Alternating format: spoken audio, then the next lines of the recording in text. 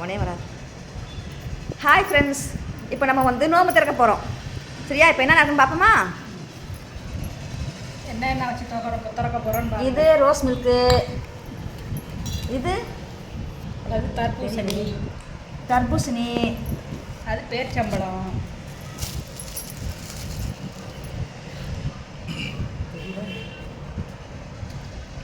பேரிச்சம்பழம். அப்படியே டப்பாவோட எடுக்க வேண்டியது தானே. பேரிச்சம்பழம் வட்டமாக தெரியுது.